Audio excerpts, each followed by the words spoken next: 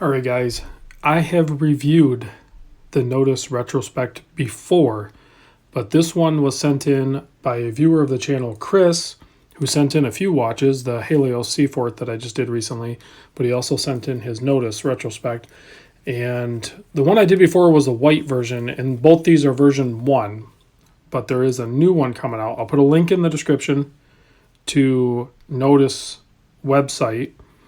And I think the second version, the version 2.0, there's a couple changes, but the main big thing for me and for many of us is they're adding a bracelet.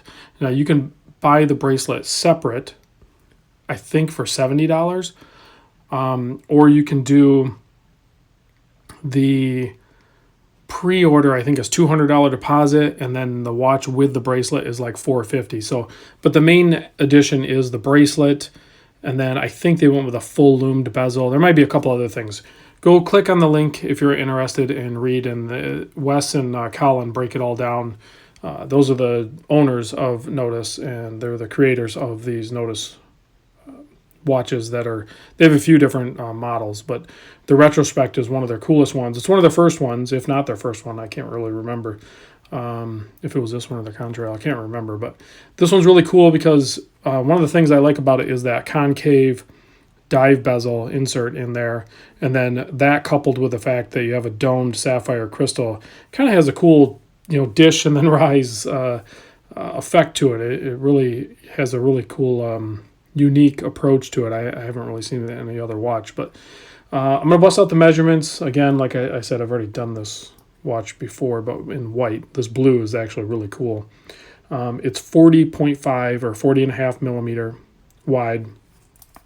Lug to lug on those turn down drilled lugs is 49 millimeter. You can see you have a signed crown there, screw down crown.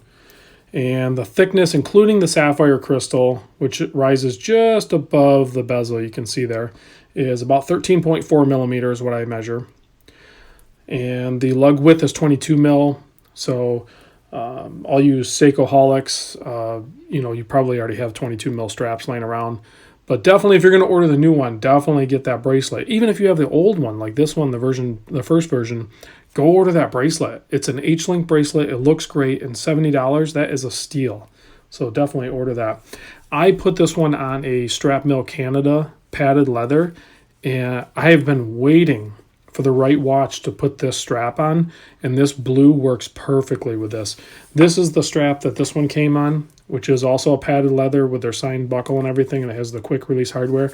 Also really good leather strap, but as good as this is, which is totally fine, it legit is a good strap. The Strap Mill Canada is just better. It's softer and more supple and everything like that. And I'm not saying this one's bad. This one is good. It's just this one's better. And this one also came with a almost seatbelt style NATO strap too, with really nice hardware. So you definitely have good strap options, but I'm a bracelet guy. That new bracelet H-Link that they're putting out with this is definitely the way to go. So I think the main thing I want to focus on, well, there's a couple things. One, this says it on the back here. Notice watches, designed and assembled in Los Angeles.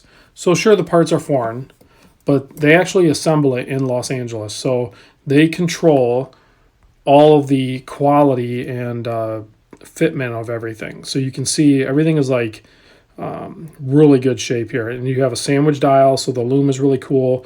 And then a nice little touch actually with that sandwich dial, you can look on the cutout for the date wheel. You get a little bit of a reveal of that. So on angles, you're also going to be able to pick up a little bit of lume around the date window, which I think is pretty slick. So you have a nice gold tone. It's a very, well, the second hand is gold tone. The other ones are polished, it looks like.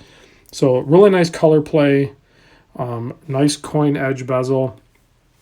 One of my favorite things about their watches is the bezel action, because I am a Seiko nut, like many of you guys are, and I've grown.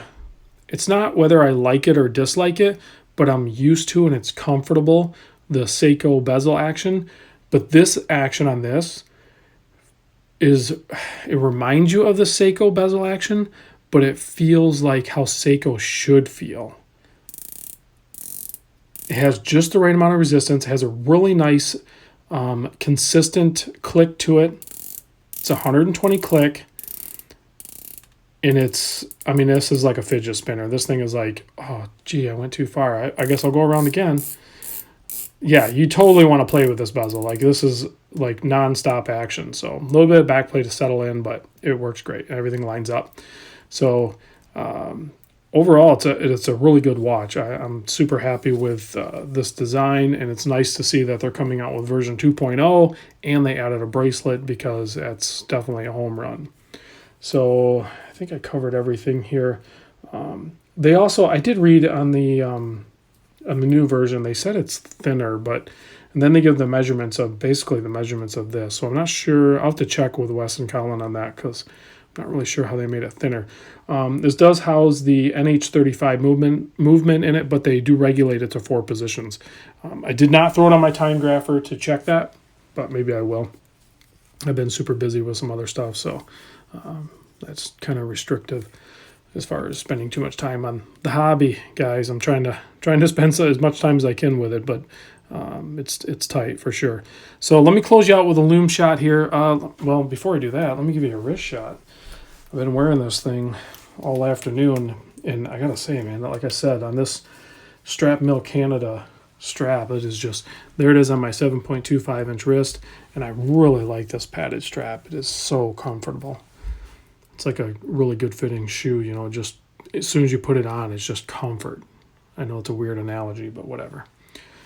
So, all right, let me pop it back off here real quick, and I'll close you out with a lume shot. All I've given it was the studio lights. I'm not blasting it or anything, so you can see there, definitely good lume. It's well equipped, because I think those guys understand that most people that are going to be shopping for their watches are Seiko nuts. Which, you know what, before I close out, let's talk about that a second. Because there's people that feel different ways about micro brands, and Notice is at a sweet spot. So like this watch, whatever it is on the secondary market, they do drop in price for sure, from what I've seen, but they're not super bad. But even if you go buy this new, you do that $200 deposit, you're going to buy $450, and you're going to have a watch that, I mean, what most newer Seikos are around $450, right? Like if you look at the Monsters or some of the Turtles and stuff like that, and they have basically the same movement, but it's not regulated. And this one's definitely unique, and you have some different colorways, and now you're dealing with two guys that are fellow enthusiasts like you and I. So to me, it's a little more special, like to have that connection. Like you could probably reach out to him, send him an email, and maybe you'll hear back, maybe you won't. I don't know. I haven't really talked a whole lot with Wes or Cullen, so that community is different, and I like being involved in it. I really do, and I think many people that are into the micro brands also appreciate it because of that aspect. I think you're getting way more value proposition here. You're talking to sapphire crystal. You're talking like the version 2.0 is going to have a lumed bezel, unique design, a really cool H-Link bracelet, assembled in Los Angeles, in a regulated movement. So a whole lot to like there, guys, for the I think entry level price of a quality watch. So, all right, guys, let me know what you think about the Notice, any of their lineup, but certainly the Retrospect. I think a lot of people have fallen in love with this particular model, so it is really cool that they're doing version 2.0. So, all right, guys, I'll talk to you later. Thanks.